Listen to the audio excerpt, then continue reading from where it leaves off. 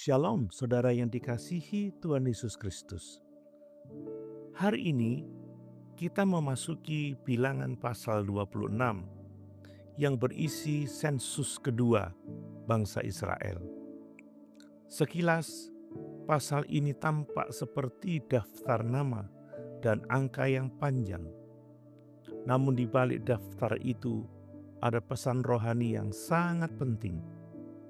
Sensus pertama dilakukan di awal perjalanan padang gurun. Sekarang, hampir 40 tahun kemudian, dilakukan sensus yang baru. Mengapa? Karena generasi lama hampir semuanya telah berlalu akibat ketidakpercayaan mereka. Padang gurun telah menjadi tempat penghakiman sekaligus pembentukan. Dan sekarang, Tuhan sedang mempersiapkan generasi baru untuk memasuki tanah perjanjian. Saudara, ini mengajarkan satu kebenaran yang sangat dalam.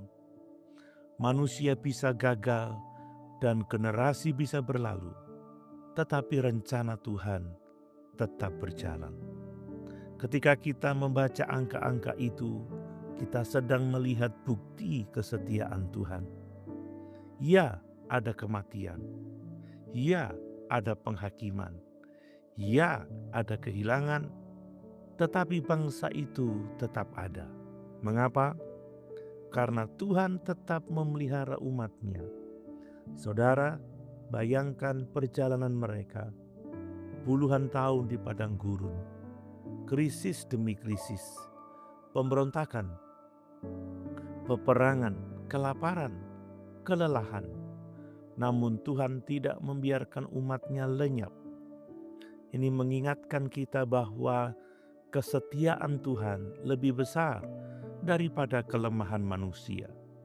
Yang menarik, sensus ini bukan hanya tentang jumlah, ini juga tentang identitas dan warisan. Tuhan mengenal umat-Nya satu persatu, suku demi suku, kaum demi kaum. Tidak ada yang terlupakan di hadapan Tuhan. Saudara, seringkali kita merasa kecil dan tidak penting. Tetapi firman Tuhan hari ini mengingatkan, Tuhan mengenal umat-Nya secara pribadi.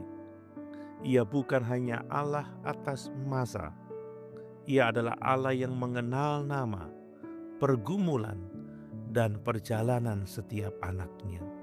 Yang juga penting, generasi baru ini berdiri di ambang penggenapan janji.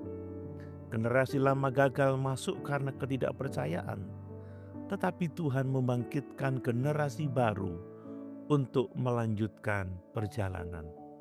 Saudara, pekerjaan Tuhan selalu lebih besar daripada satu generasi. Karena itu gereja harus terus mempersiapkan generasi berikutnya. Bukan hanya mempertahankan masa lalu, tetapi mewariskan iman kepada mereka yang akan melanjutkan pekerjaan Tuhan. Dalam perjanjian baru, Rasul Paulus berkata kepada Timotius agar apa yang telah ia terima diteruskan kepada orang-orang yang dapat dipercayai untuk mengajar orang lain juga. Itulah estafet iman. Renungan hari ini mengajarkan Tuhan tetap memelihara umat-Nya dari generasi ke generasi, dan pekerjaannya terus berjalan melalui mereka yang percaya kepadanya. Pertanyaan refleksi bagi kita, apakah kita sedang hidup sebagai bagian dari rencana Tuhan yang lebih besar dari diri kita sendiri? Apakah kita sedang mewariskan iman kepada generasi berikutnya? Mari kita berdoa. Tuhan yang setia, Engkau adalah Allah dari generasi ke generasi. Terima kasih karena Engkau tidak pernah meninggalkan umat-Mu. Tolong kami untuk hidup setia dalam generasi kami dan menjadi saksi iman bagi mereka yang datang sesudah kami.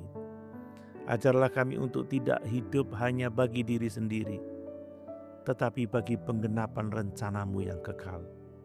Biarlah hidup kami menjadi bagian dari warisan iman yang memuliakan nama-Mu.